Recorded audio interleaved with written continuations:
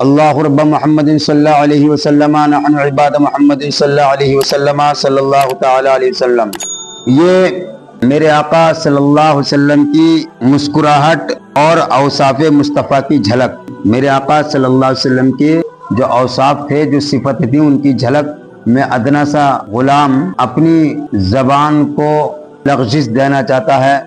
میرے دوستو، میرے ان ویڈیوز کو لائک اور شیئر ضرور کرتے رہیے۔ میں آپ سے بہت امید رکھ کر اس محنت میں لگن کے ساتھ کام کر رہا ہوں۔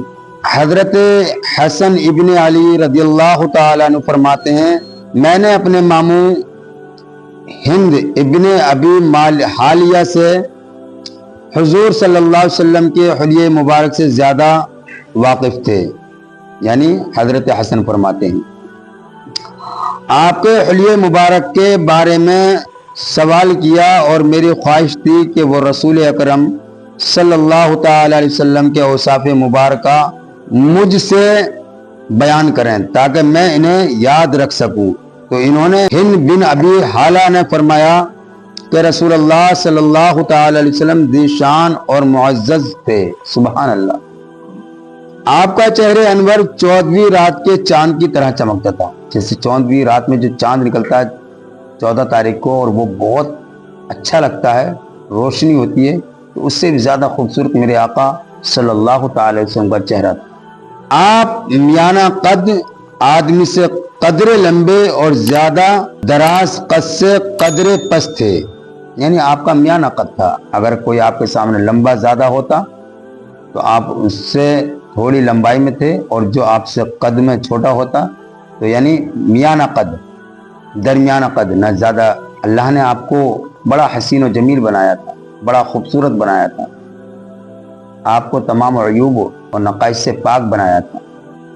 آپ کا سر مبارک بڑا تھا اور موئے مبارک قدرے بل کھائے ہوئے۔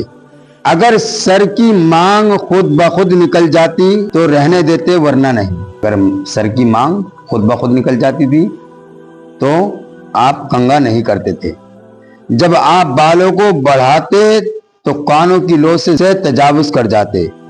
آپ چمکدار اور رنگ والے اور کشادہ پیشانی والے تھے، اور برابر اور ابرو مبارک خمدار باریک، اور ابرو مبارک خمدار اور باریک اور گھنے اور جدا جدا تھے۔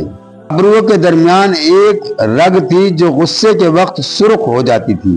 آپ کی بینی مبارک بلندی مائل نہایت خوبصورت اور روشن تھی، اور سے آپ کو بلند بینی خیال کرتا۔ آپ کی داڑھی مبارک گھنی اور رخسار مبارک نرم اور ہموار تھے۔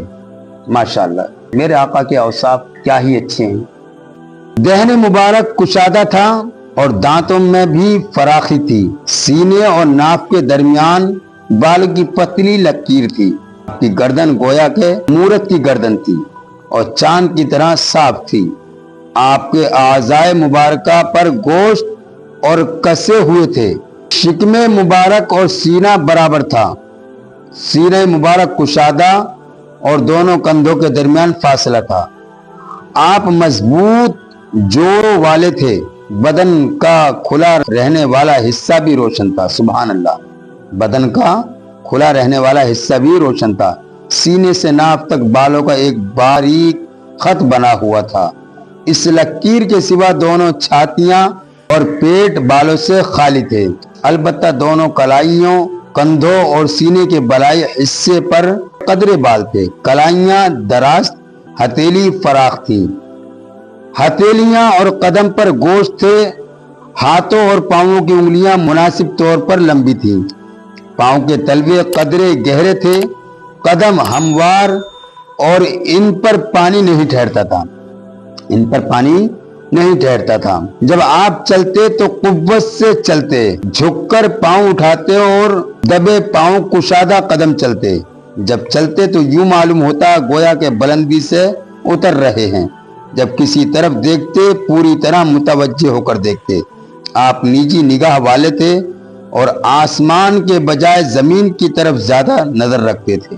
آپ کا زیادہ تر دیکھنا آنکھوں کے کنارے سے ہوتا تھا صحابہ کرام کو پہلے روانہ فرماتے اور خود پیچھے تشریف لے جاتے، جب کسی سے ملتے تو پہلے سلام کرتے۔